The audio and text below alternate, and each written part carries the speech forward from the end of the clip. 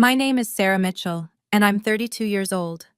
5 years ago, my parents erased me from their lives for having a child out of wedlock. Last month, I received an invitation to my sister's engagement party, with one condition. I had to pretend to be a distant friend, not their daughter. What happened at that party changed everything, and the inheritance that followed? Well, that's a story you won't believe. Before I share what went down in that ballroom, please take a moment to like and subscribe. But only if you genuinely enjoy stories about family justice and setting boundaries. I love hearing from viewers around the world, so drop a comment with where you're watching from and what time it is there. Now, let me tell you about the day I walked into that five-star hotel, carrying a secret that would shatter my parents' perfect facade. I hadn't seen them in 5 years.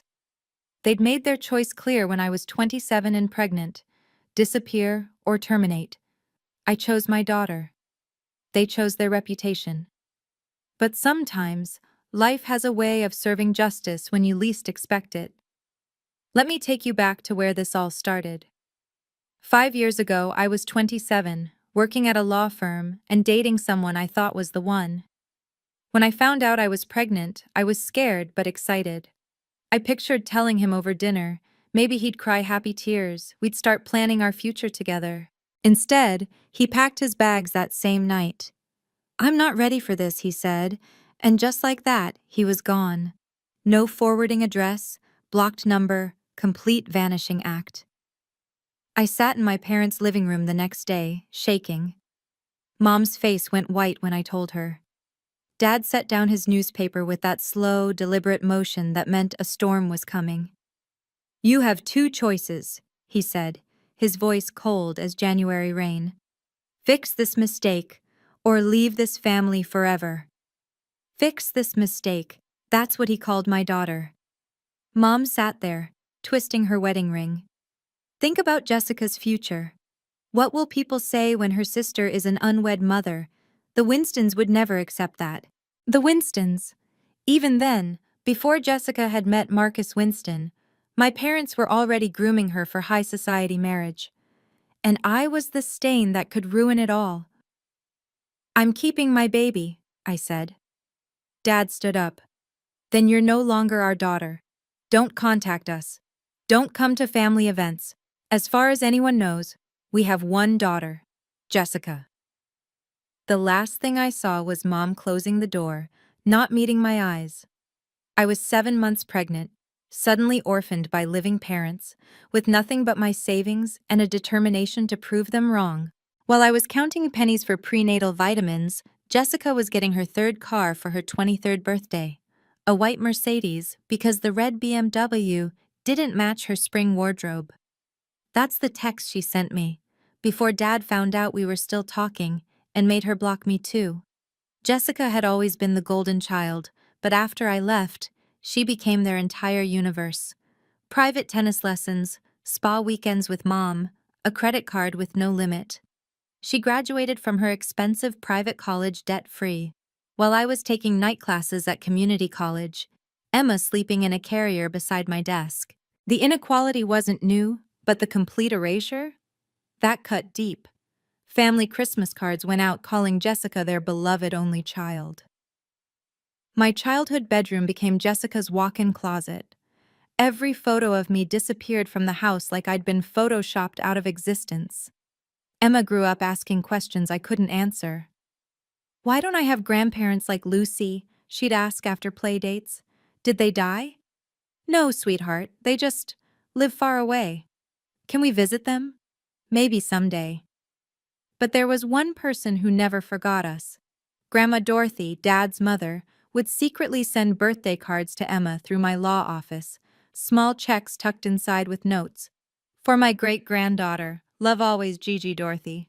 She was the only family who acknowledged Emma existed. When other relatives asked about me at gatherings, my parents would say I was traveling abroad or focusing on my career elsewhere. But Grandma Dorothy knew the truth. She always knew. And as it turned out, she'd been planning something all along. Those first years were brutal. I worked 3 jobs while pregnant. Paralegal by day, tutoring in the evenings, weekend shifts at a call center. Emma came 2 weeks early, and I drove myself to the hospital alone. But holding her for the first time? Everything made sense.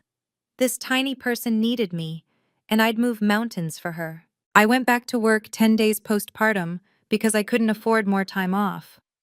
My neighbor, Mrs. Smith, watched Emma for half the usual rate because she remembered being young and struggling. I studied for the bar exam during Emma's naps, law books balanced on the breast pump, highlighting cases between diaper changes. It took me 3 years to finish law school part-time, but I did it. Passed the bar on my first try. The day I got my results, I sat in my beat-up Honda, Emma in her car seat eating goldfish crackers, and just sobbed. We'd made it. I specialized in family law, specifically custody and inheritance cases. Every case I won for an abandoned mother felt like a small victory for us. My colleagues called me the bulldog because I never let go once I bit down on injustice. By the time Emma was 7, I'd built something solid. We had a small apartment, but it was ours. Emma went to a good public school. I was junior partner at a respected firm. We didn't need my parents' money or their approval, or so I thought. Then Grandma Dorothy died, and everything I thought I knew about standing on my own 2 feet was about to change. Because sometimes, the best revenge isn't living well, it's inheriting everything. The cost of silence was measured in Emma's tears. "Mommy, why don't I have grandparents like other kids?" became a monthly question, usually triggered by school events. Grandparents' Day was the worst.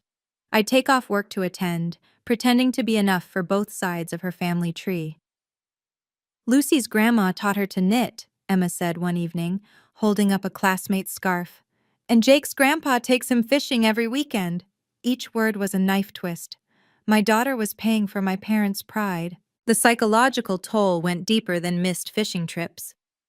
Emma started creating elaborate stories about her grandparents. "They're secret agents," she told her teacher. "That's why they can't visit." The school counselor called me, concerned about Emma's fantasy coping mechanisms.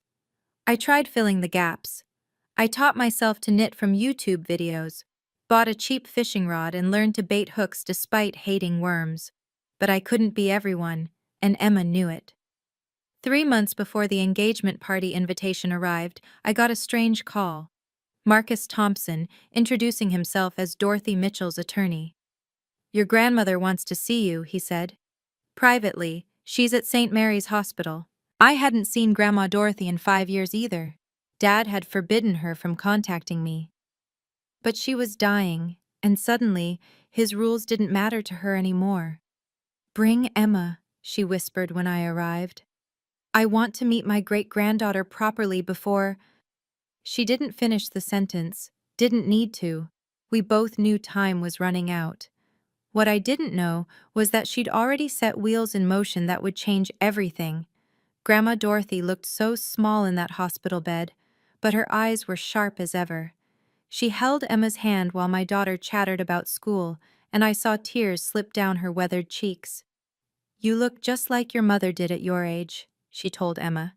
Then to me, "Sarah, I need to tell you something, alone."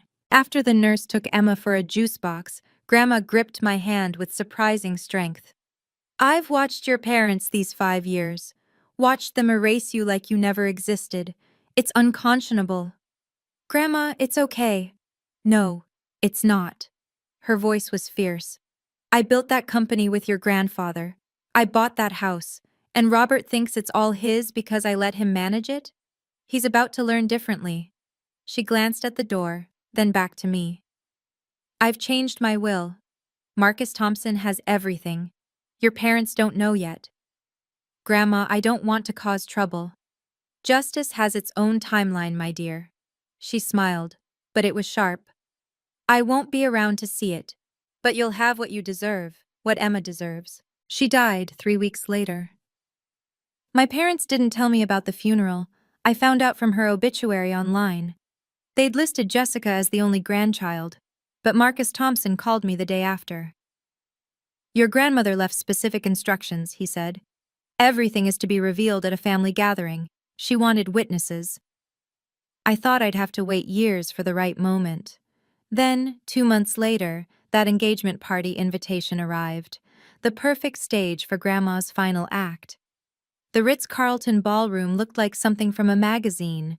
Crystal chandeliers, white roses everywhere, and 200 of the city's elite mingling with champagne.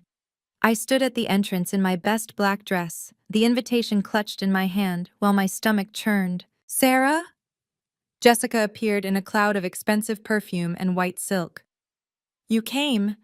Thank you for agreeing to the terms." The terms. Pretending I was nobody, just a college friend from her art history class. "Please, just for today, don't make a scene," she whispered, glancing nervously at our parents across the room. They were holding court near the Winston family, Dad's booming laugh echoing off the walls. I noticed how they deliberately avoided looking my way. Like if they didn't acknowledge me, I couldn't hurt them. Mom's hands fluttered nervously whenever she turned in my direction, her radar still attuned to my presence after all these years. "The Winstons are very traditional," Jessica continued. "If they knew about the situation, Marcus might call off the engagement." The situation. That's what I'd become. I tucked my purse, containing a manila envelope that would change everything, under my arm. "Don't worry, Jess. I know my role." Marcus Winston approached, all perfect teeth and inherited confidence. "You must be Jessica's friend. How wonderful you could make it." "Wouldn't miss it," I said, shaking his manicured hand. Behind him, his parents surveyed the room like generals reviewing troops. Mrs. Winston's diamonds could fund Emma's college education. Mr. Winston was already discussing business with Dad, both men radiating the casual arrogance of generational wealth. If only they knew what was coming. The speeches started after the second course. Dad stood up, tapping his champagne glass, that practiced smile spreading across his face. The room quieted, 200 faces turning toward the head table. "Friends, family, distinguished guests," he began, his voice carrying that authority that used to terrify me as a child. "Patricia and I couldn't be prouder today. Our daughter, our only daughter, has found her perfect match in Marcus." Only daughter. The words hung in the air like a challenge. Mom nodded along, her smile never wavering. "Jessica has been our greatest joy for 28 years. We've been blessed with one perfect child who has never disappointed us." I pulled out my phone, started recording. Just for documentation, I told myself, not revenge, justice. Mrs. Winston leaned toward Mom. "You must have been so lonely with just one child. Harold and I always say Marcus needed siblings." "Oh no," Mom laughed, that tinkling fake sound I remembered from country club lunches. "One was quite enough for us. We poured all our love into Jessica." "No other children then?" Mr. Winston asked Dad. "No sons to carry on the family business?" "Jessica is all we need," Dad said firmly. "She's been the sole focus of our lives since the day she was born." I noticed Aunt Helen at a nearby table, shifting uncomfortably. She knew the truth. So did 3 other cousins who kept glancing between me and my parents. But nobody said anything. The Mitchell family had closed ranks, as always. I quietly opened my purse, checking the envelope was still there. Marcus Thompson would arrive soon. The charade was almost over, Mrs. Winston's attention suddenly fixed on me. "Excuse me, dear," she called across the table. "You're Jessica's friend? Sarah, was it? You look remarkably like the Mitchells. Are you perhaps a cousin?" The entire table turned to stare. Mom's champagne glass froze halfway to her lips. "Oh, that's just Sarah," Mom said quickly, her voice pitched too high. "She's an old friend of Jessica's from college. No relation." "How strange," Mrs. Winston persisted. "The resemblance is quite striking. The same eyes, the bone structure." Dad cut in smoothly.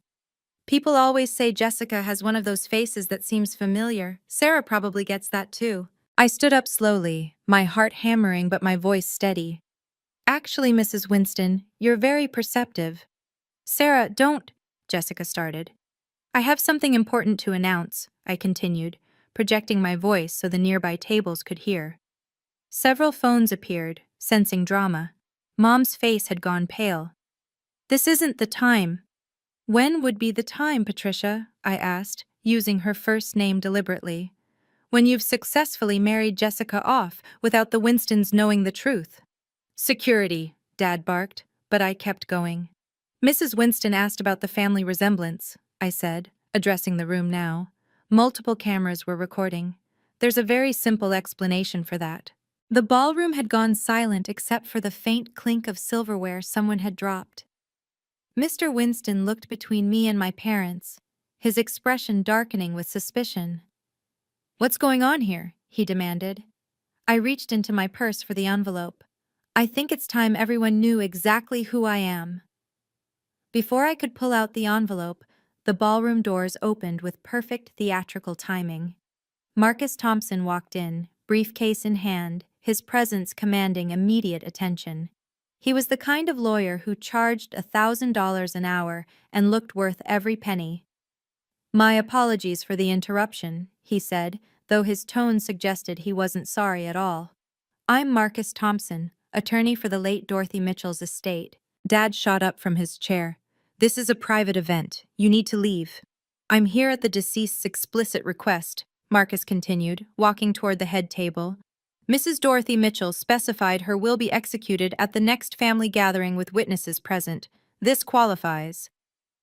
The Winston family exchanged confused looks.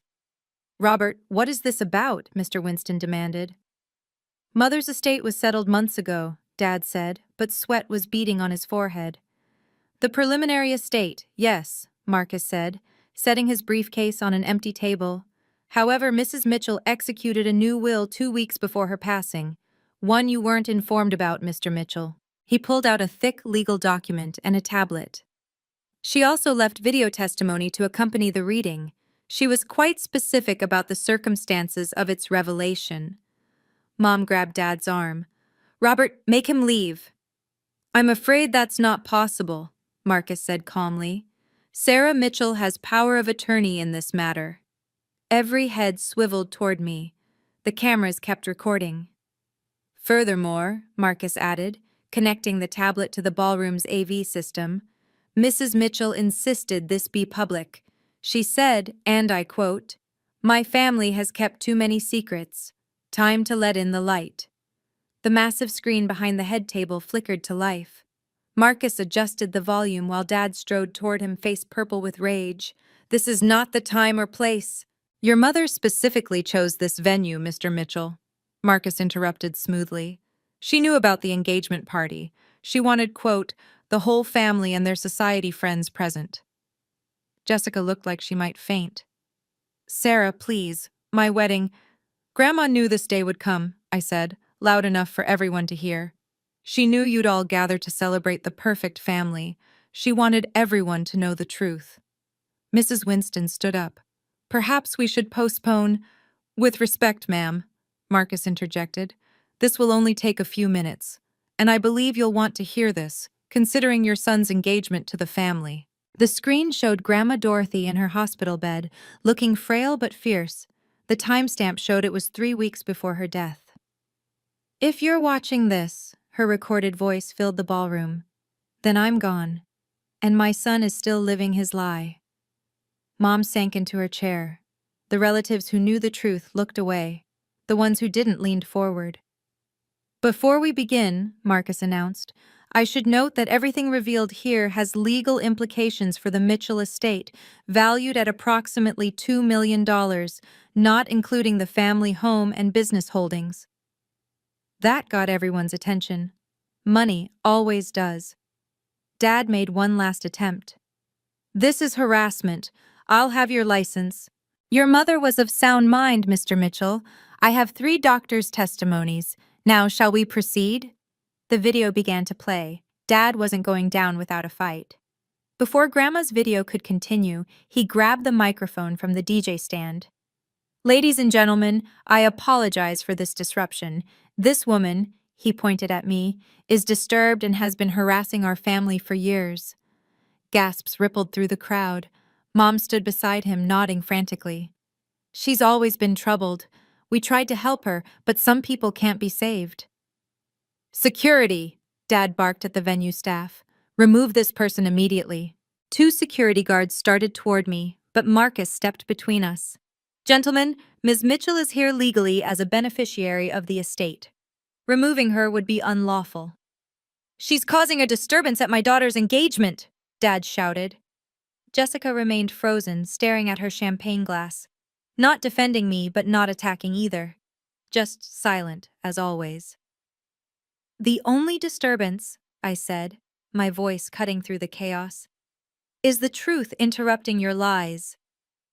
Aunt Helen suddenly stood up at her table. Oh, for God's sake, Robert, just tell them who she is. Helen, don't, Mom warned. But other relatives were standing too. Cousin Michael, Cousin Grace. People who'd been forced to pretend I didn't exist at every family gathering for 5 years. This is ridiculous, Mr. Winston declared. Robert, if you can't control your event— She's nobody, Dad insisted, but his voice cracked. Just a former employee with delusions. Nobody? I pulled out my driver's license, held it up. Sarah Mitchell, same last name. Want to explain that coincidence? The security guards backed off, confused. The cameras kept rolling, and on the screen behind us, Grandma Dorothy's frozen image waited patiently for her moment. If you've ever felt invisible in your own family or had to fight for recognition you deserved, you'll understand what happens next. Before we continue, if this story resonates with you, please hit that like button. It really helps others find these stories. And tell me in the comments, have you ever had to stand up to family in public? Now, let's see how Sarah changes everything. I didn't move an inch, even as the security guards hovered nearby. My voice remained steady, professional, everything my law training had prepared me for. I'm here as the beneficiary representative of Dorothy Mitchell's estate, I announced, pulling out the legal documents. Mr. Thompson has already verified my identity and standing. Marcus nodded, holding up his own paperwork. Ms. Mitchell has full legal authority in this matter. Any attempt to remove her would constitute interference with estate execution. This is absurd, Dad sputtered, but he was losing ground. Mr. Winston stepped forward, his business instincts kicking in. Robert, what exactly is going on here? Who is this woman? She's— Dad started, then stopped, trapped between lies and consequences. I'm happy to explain, I said, maintaining eye contact with Mr. Winston. But first, I think we should hear what Grandma Dorothy had to say. After all, she owned most of what your future in-laws claim as theirs. That landed like a bomb. Mrs. Winston's eyebrows shot up. Owned? The Mitchell family home, the business seed money, the investment portfolio, Marcus listed calmly. All originally belonged to Dorothy Mitchell, inherited from her late husband, and managed by Robert Mitchell as trustee. Managed, I emphasized. Not owned. Mom was whispering frantically in Dad's ear. Jessica looked between her parents and Marcus, finally understanding the stakes. I demand you leave, Dad tried once more, but his voice had lost its authority. Actually, Robert, I said, using his first name like he'd used mine all those years ago, I have every right to be here. More right than you might think. The screen flickered. Grandma was about to speak. The ballroom split like the Red Sea. Half the guests moved closer, phones raised, sensing the social media moment of the year. The other half shifted uncomfortably, old money instincts telling them to distance themselves from scandal. This is ridiculous, one of Dad's golf buddies declared. Robert, call the police. But Aunt Helen spoke louder. Let her speak, Robert. 5 years of this charade is enough. You knew? Mrs. Winston asked, her voice sharp with suspicion. We all knew, Cousin Michael said, standing up. We've been forced to pretend Sarah doesn't exist at every holiday, every funeral, every— Michael! Mom shrieked. You promised. I promised when I thought it was temporary, he shot back. Not half a decade of erasing a human being. The crowd murmured. pieces clicking together. Jessica's friend from college who looked exactly like the family. The daughter they claimed was only children. The math was simple. Mr. Winston's face had gone cold. Robert, I'll ask once more. Who is this woman? Dad opened his mouth, but no words came. The lifetime of lies had finally caught up, and he couldn't find another one to save him. The truth has waited 5 years, I said, my voice carrying across the silent ballroom. It can't wait anymore. I opened the manila envelope, pulling out a birth certificate, family photos from before my exile, and a court document. These are my credentials, Mr. Winston. Would you like to see them? Marcus pressed play on the video. I think Mrs. Mitchell Sr. would like to answer that question herself. Grandma Dorothy's voice filled the room, and there was no stopping her now. I stood straighter, looked directly at the Winston family, then addressed the entire ballroom. I'm Sarah Mitchell, Robert and Patricia's eldest daughter. The room exploded. Gasps, dropped glasses, chairs scraping as people stood for a better view. Mrs. Winston's hand flew to her pearls.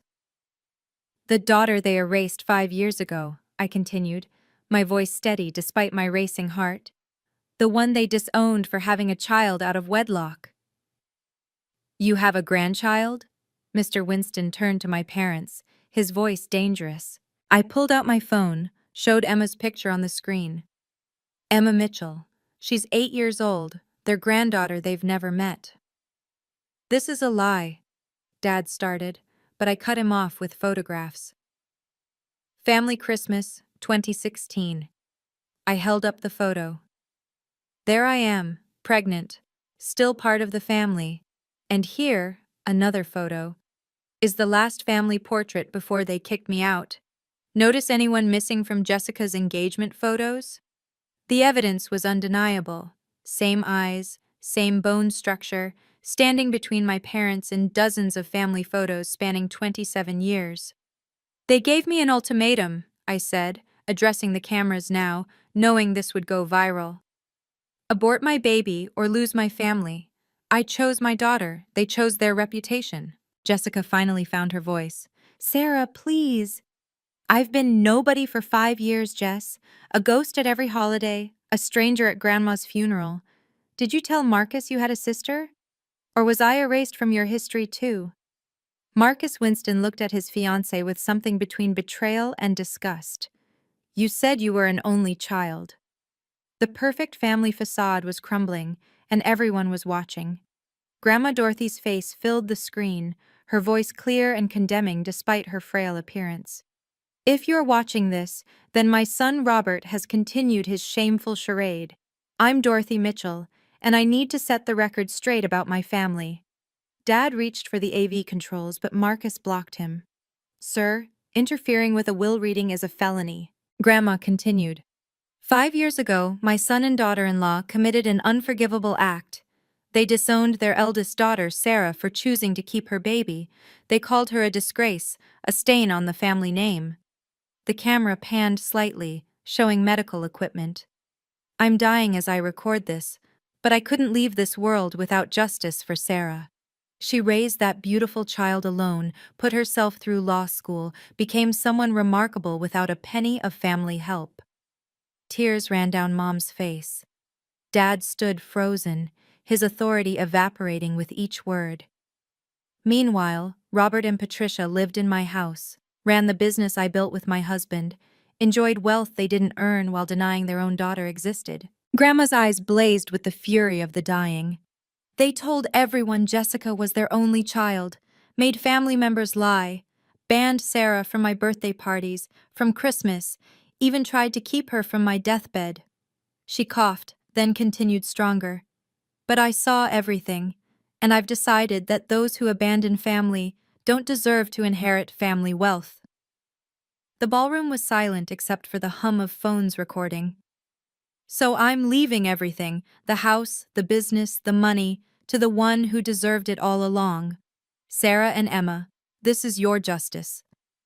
Marcus pulled out the official will, his voice carrying the weight of legal authority. Last will and testament of Dorothy Mitchell, executed 2 weeks before her passing, witnessed and notarized. He cleared his throat. To my granddaughter, Sarah Mitchell, I leave the family home at 47 Riverside Drive, valued at $1.2 million, to be her residence immediately upon my death. Mom gasped. That's our home. To my great-granddaughter, Emma Mitchell, Marcus continued, I establish a trust fund of $2 million for her education and future, accessible when she turns 18, managed by her mother, Sarah Mitchell, until that time. The Winstons were backing away from the head table like scandal was contagious. Furthermore, controlling interest in Mitchell Industries, founded with my late husband, passes to Sarah Mitchell. The current CEO, Robert Mitchell, is hereby removed from his position. This can't be legal, Dad shouted, his face purple. Marcus didn't pause. All personal effects, jewelry, and remaining liquid assets, approximately $500,000, also go to Sarah Mitchell, to be used at her discretion for her and Emma's benefit. Jessica started crying. What about me? Marcus looked up. To Jessica Mitchell, I leave $1, as she has already received a lifetime of advantages denied to her sister. The cruelty of that single dollar wasn't lost on anyone. Grandma knew exactly what she was doing.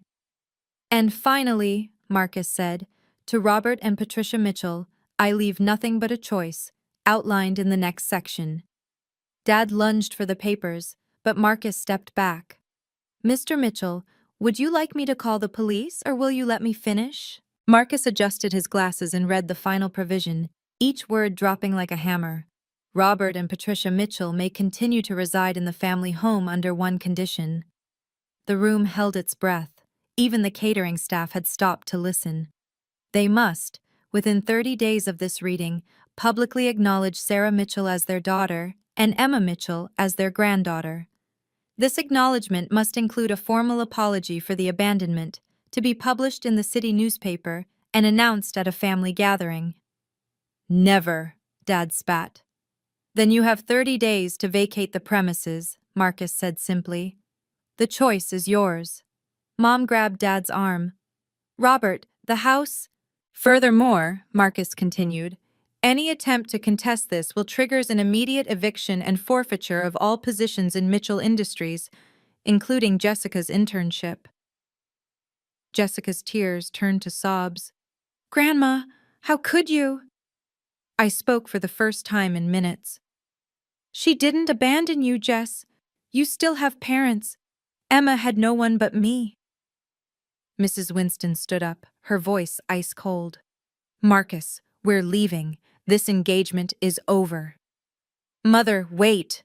Marcus Winston started, but his father cut him off. No son of mine marries into a family that disowns children. Mr. Winston looked at my parents with disgust. You're exactly the kind of people we sought to avoid. The irony was perfect. In trying to appear perfect for the Winstons, my parents had revealed themselves as the opposite. 30 days, I said quietly to my parents. That's more notice than you gave me when I was 7 months pregnant. Dad's composure finally shattered completely. This can't be legal. She manipulated Mother when she was dying. Elder abuse. Marcus pulled out another document. 3 separate doctors confirmed Mrs. Mitchell's mental competency. Additionally, she recorded this video herself, with witnesses present. We'll sue, Mom cried, mascara streaming down her face. We'll fight this. You're welcome to try, Marcus replied calmly. But you should know that Mrs. Mitchell anticipated that. She set aside a legal fund specifically for Sarah to defend the will. You'll be fighting your mother's money with... Well, what exactly? The house is Sarah's. The business is Sarah's. Your bank accounts were primarily funded by the company.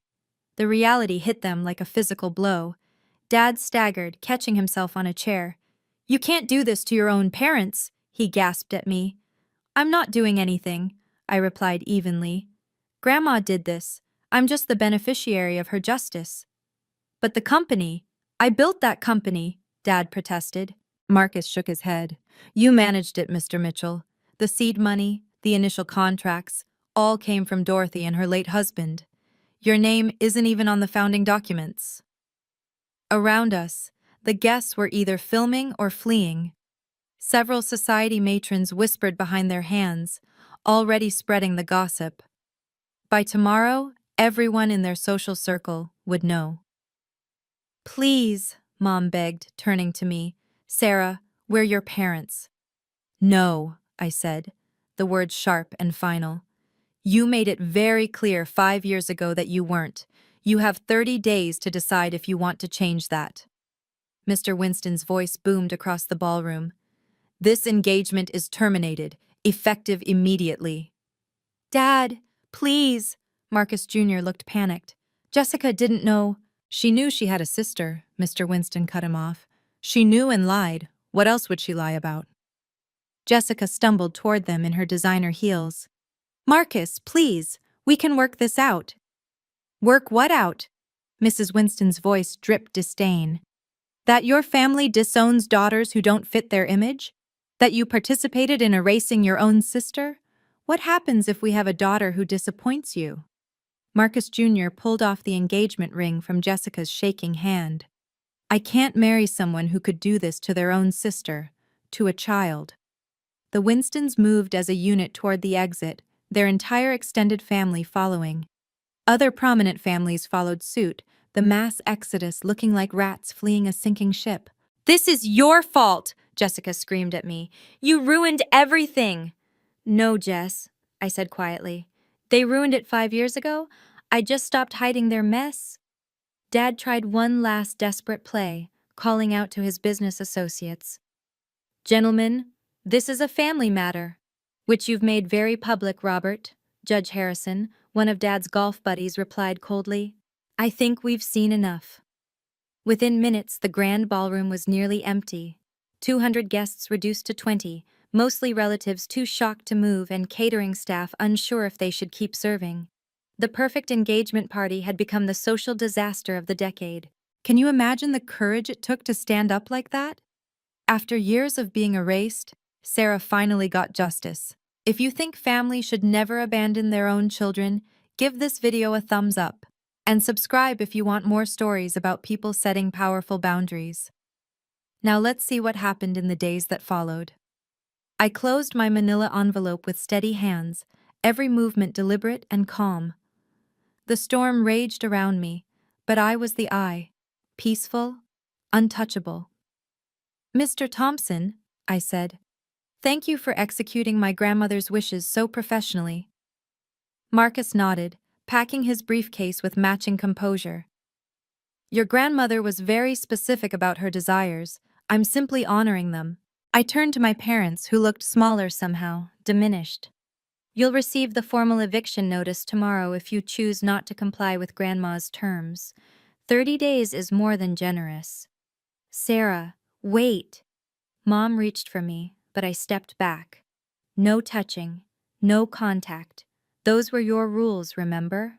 I pulled out my business card, the one that read, "Sarah Mitchell, attorney at law, family practice." "If you decide to publicly acknowledge Emma and me, you can reach me through my office. Otherwise, all communication goes through Mr. Thompson." I looked at Jessica, mascara streaked and shaking. "Jess, you're 28 years old. Maybe it's time you learned to stand on your own feet. I did it at 27 with a baby. You can manage without a wedding." Dad found his voice one more time. "You won't get away with this." "With what? Inheriting what Grandma left me?" I picked up my purse. "That's not a crime, Robert. Abandoning your child, however, might interest family court if you ever try to claim grandparent rights." The threat landed perfectly. They'd lost everything: money, house, reputation, and any legal avenue to Emma. I walked toward the exit, my heels clicking confidently on the marble floor. "Have a lovely evening." By morning, the video had gone viral. "Business owner exposed for disowning daughter" ran across the local news. Someone had live-streamed the entire confrontation, and social media was brutal. My phone buzzed constantly with interview requests, but I declined them all. The video spoke for itself. Meanwhile, Dad's company phone rang off the hook. But those were cancellations, not congratulations. Mitchell Industries loses 3 major contracts, the Business Journal reported by Wednesday. Within a week, they'd lost 40% of their clients. Turns out, nobody wants to do business with people who abandon their own children. Mom's social standing evaporated overnight. The country club revoked her membership. The charity board she'd chaired for 10 years requested her resignation. The women who'd lunched with her for decades suddenly had scheduling conflicts. Mrs. Smith, my old neighbor who'd babysat Emma, called me laughing. "Saw your mother at the grocery store. She was buying generic brands and checking prices. Guess the credit cards got cut off." Marcus Thompson sent updates daily. "Your parents hired Brennan and Associates to contest the will. I filed our response. They don't have a leg to stand on. The family home utilities were transferred to my name. The company board voted to confirm my position as CEO, effective immediately. 20 years of Dad's empire building crumbled in 7 days. But the best part? Emma's school called. Ms. Mitchell, we've had several families reach out offering playdates. Seems everyone wants their kids to know Emma. My daughter, who'd been the girl without grandparents, was suddenly the most popular kid in 2nd grade. Karma worked faster than I'd expected. Day 10 post-party, Jessica called my office. My secretary almost didn't put her through, but something made me answer. "Sarah?" Her voice was small, different. "Can we talk?" "Are Mom and Dad with you?" "No, they forbade me from contacting you. I'm calling from a coffee shop." First rebellion. Interesting. "I'm listening, Jess. I should have stood up for you years ago." The words tumbled out. I was 23, scared, dependent on them for everything, but that's not an excuse. "No," I agreed. "It's not. I want to meet Emma, my niece. I want to know her, if you'll let me." I let the silence stretch, considering. What about Mom and Dad? They can make their own choices. I'm done letting them make mine. She paused. I got a job, my first real job. The Winston connection is gone, the family name is mud, but a small firm hired me based on my actual resume. Good for you. Sarah, I know I don't deserve forgiveness. You're right, you don't.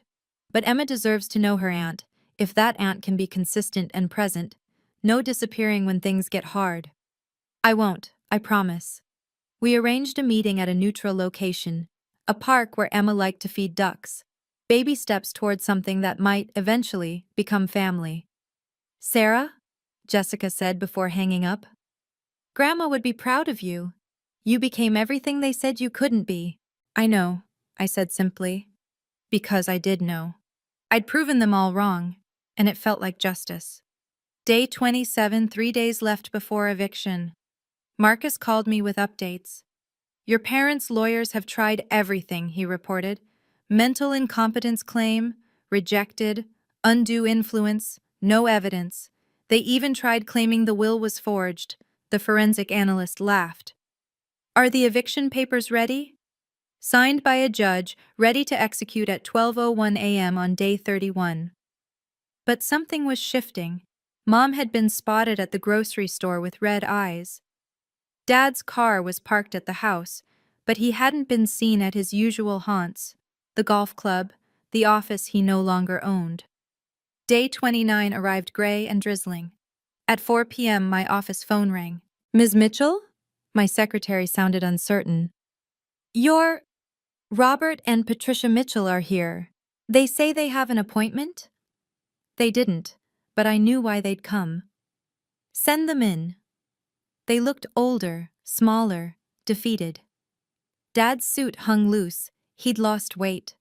Mom's roots were showing, the first time I'd seen her natural gray. "We'll do it," Dad said without preamble. The public acknowledgement. The apology. "Why now?" I asked, genuinely curious. Mom answered, tears falling freely. "We've lost everything else. The house. It's all we have left of your grandmother. Of our life. Pride or a roof over your heads, I said. That's what it came down to? Dad nodded, unable to meet my eyes. Tomorrow, 2 p.m., press conference at the Marriott downtown. You'll read the statement Mr. Thompson prepares. No deviations, no excuses, full acknowledgement of Emma and me. They agreed to everything. Pride had finally become too expensive. The Marriott conference room was packed. Press, family members, and half of high society showed up to witness the Mitchell family's complete reversal. Dad stood at the podium, hands shaking as he unfolded Marcus's prepared statement.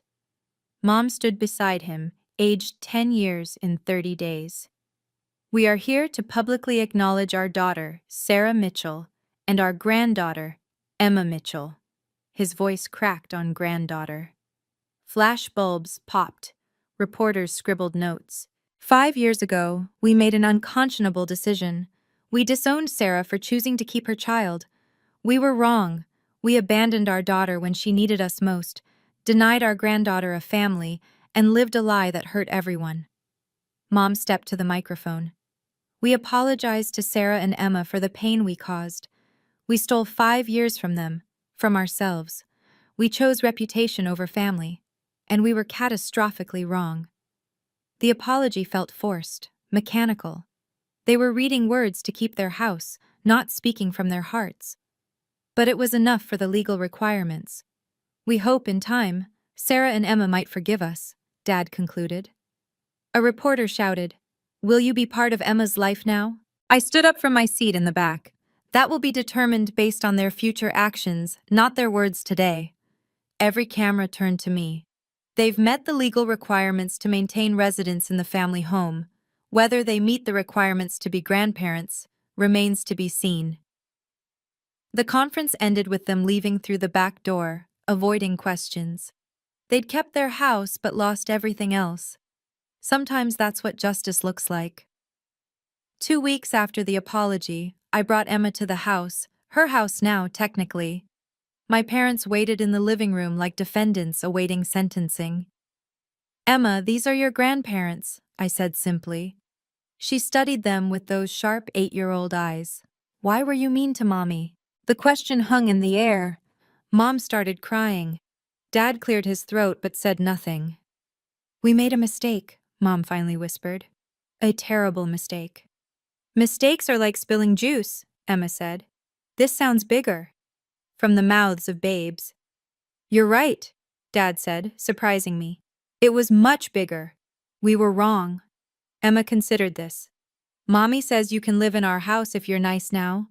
Are you going to be nice?" "We'll try," Mom said. "Trying isn't doing," Emma replied, something I'd taught her. I set the boundaries clearly. Supervised visits only, once a month to start. You'll follow my rules regarding Emma. No gifts without permission. No undermining my parenting. No discussing the past unless Emma asks. Understood? They agreed to everything. The first visit was awkward, board games and stilted conversation. But Emma, with a child's capacity for living in the present, gradually warmed to them. Not as grandparents yet, just as older people who lived in Grandma Dorothy's house. "They seem sad," Emma told me after. "Maybe they learned their lesson?" "Maybe," I said. "Time will tell." And that's what we gave it. Time. Not forgiveness, not yet. But time for them to prove they could be different. For Emma's sake, I hoped they could. 6 months later, I stood in Grandma Dorothy's office, my office now, looking at the business she'd built. Mitchell Industries was thriving under my leadership. Turns out, treating employees like humans instead of expenses improved productivity. Who knew? I'd established the Dorothy Mitchell Foundation for single mothers pursuing education. 10 women were already enrolled, their children in the daycare I'd added to the office building.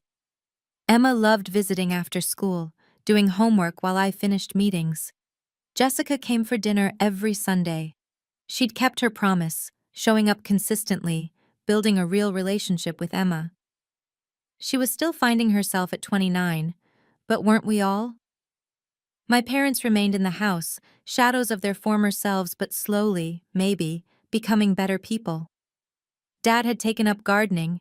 Grandma's roses had never looked better. Mom volunteered at a literacy program, teaching reading to adults. Grandma said you were strong, Mom told me during Emma's 9th birthday party. A small affair with Jessica, a few school friends, and yes, my parents. She said you'd survive us. She was right. She usually was, I agreed. The doorbell rang, Emma's friends arriving. As I watched my daughter laugh, surrounded by people who chose to love her, I thought about forgiveness. Not the kind that erases the past, but the kind that says, "You can't hurt me anymore." "Mommy," Emma called. "Come see what Aunt Jess brought."